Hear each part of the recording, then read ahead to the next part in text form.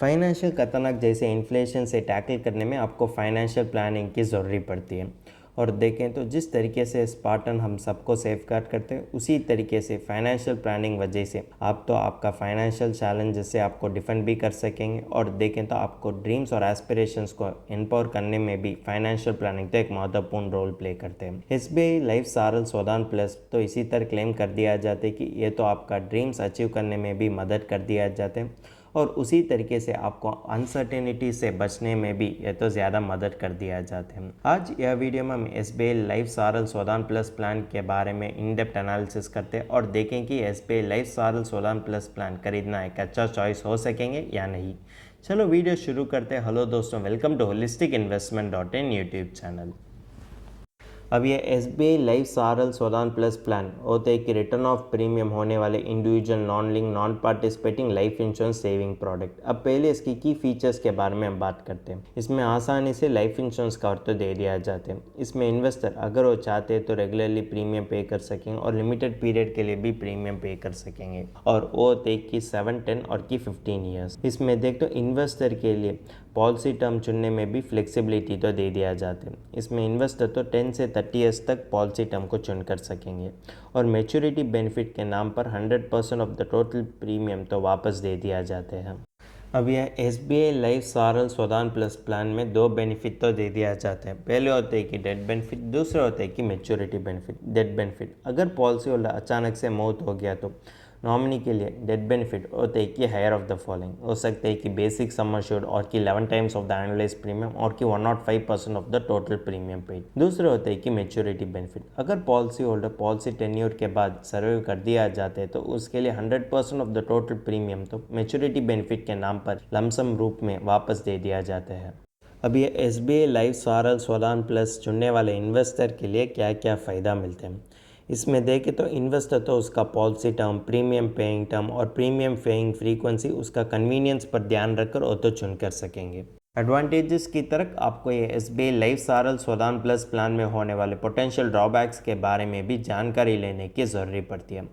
अगर आप देखें तो ये प्रोडक्ट में कोई भी लोन फैसिलिटी नहीं होने के कारण इन्वेस्टर के लिए इमरजेंसी सिचुएशन टैकल करने में यह प्लान तो उतना मदद नहीं कर सकेंगे। और देखें तो बाकी अदर पॉलिसीज़ की तरह इसमें लॉयल्टी एडिशंस और बोनस की तरह अट्रैक्टिव फीचर्स नहीं होने के कारण ये तो इन्वेस्टर के लिए लीस्ट अट्रैक्टिव प्लान बन जाते हैं। और देखें तो अगर इन्वेस्टर इसी तरह प्लान में इन्वेस्ट कर दिया जाते तो उसको लिए भविष्यकाल में होने वाले फाइनेंशियल गोल्स अचीव करने में ज़्यादा कठिन लगती है, क्योंकि जब पॉलिसी मैच्योर होते इसमें देखें तो वो प्रीमियम तो वापस दे दिया जाता है, और इसमें कोई भी वैल्यू एडिशन नहीं होने के कारण इन्वेस्टर के लिए उसका भविष्यकाल में यह प्लान तो उतना आइडियल नहीं होते हैं। और देखें तो इसी तरह प्लान अगर इन्वेस्टर चुन कर दिया जाते तो उसके लिए होने वाले फाइनेंशियल गोल्स अचीव करने में ज़्यादा कठिन लगती है। अब ये S B I Life Saral Swadhan Plus plan में देखें तो इन्वेस्टर तो पूरे पॉलिसी टर्म तक प्रीमियम को पे करते हुए वो तो पूरे पॉलिसी टर्म तक लाइफ कवर को एंजॉय कर सकेंगे। मैच्योरिटी के समय पर वो तो जितना भी प्रीमियम इन्वेस्ट कर दिया जाता है वो तो वापस दे दिया जाते हैं,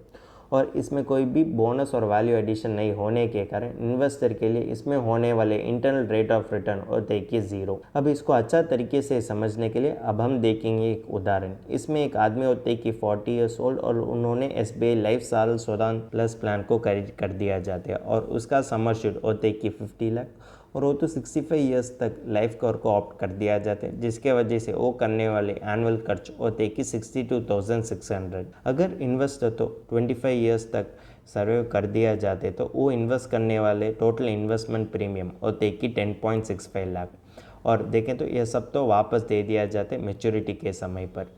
इसके वजह से इसका IRR होते हैं कि 0। अगर investor S B I Life Saral Swadhan Plus plan को खरीद कर दिया जाते तो उसके लिए होने वाले इन्वेस्टमेंट गोल्स अचीव करने में ज़्यादा कठिन लगती है। इन्वेस्टर तो इसी तरह के इन्वेस्टमेंट प्रोडक्ट चुनना चाहिए जो भविष्यकाल में उसको इन्फ्लेशन बीटिंग रिटर्न कमाने में मदद करना चाहिए। लेकिन यह S B I Life Saral Swadhan Plus plan उसी तरह प्रोडक्ट नहीं होने के कारण इसमें इन्वेस्ट करने से इन्वेस्टर तो मना करने की ज़रूरी पड़ती है। अब ये S B I Life Saral Swadhan Plus plan के साथ हम अदर इन्वेस्टमेंट प्रोडक्ट्स को भी कंपेयर करते हैं। अगर आप देखते हो S B I Life Saral Swadhan Plus plan में इन्वेस्टर के लिए होने वाले एक बेनिफिट होते हैं कि लाइफ कवर। लाइफ कवर के लिए इन्वेस्टर तो एक pure term life insurance policy को खरीद कर सकेंगे, जिसके वजह से वो तो उसके लिए वो करने वाले खर्च तो रिटर्न ऑफ प्रीमियम पॉलिसी भी कम पड़ती है। और देखें तो अगर इन्वेस्टर एक pure term life insurance policy खरीद करते हुए इन्वेस्टमेंट गोल्स के लिए अलग तरीके से इन्वेस्ट कर दिया जाते तो उसके लिए क्या फ़ायदा मिलता है, अब उसके बारे में हम बातचीत करते हैं। अब हम यह SBI Life Saral Swadhan Plus plan के साथ एक pure term insurance along PPF और ELSS के साथ हम कंपेयर करते हैं। इसमें इन्वेस्टर का सम अश्योर्ड होता है कि 50 लाख, और वो 50 लाख के लिए वो तो pure term life insurance policy को खरीद कर दिया जाते, जिसके लिए वो करने वाले एनुअल खर्च और देखिए सिर्फ 12,500, और देखे तो उसका पॉलिसी टर्म और प्रीमियम पेइंग टर्म होते हैं कि 25 ईयर्स। अगर आप अर्लियर रिलस्ट्रेशन की तरह इसमें कंसिडर कर दिया जाते तो अर्लियर रिलस्ट्रेशन में इन्वेस्टर इन्वेस्ट करने वाले प्रीमियम होते हैं कि 42,600। इसी कारण के लिए वो तो बाकी जो भी बच कर सकेंगे वो तो इन्वेस्टमेंट गोल्स के लिए इन्वेस्ट कर सकेंगे।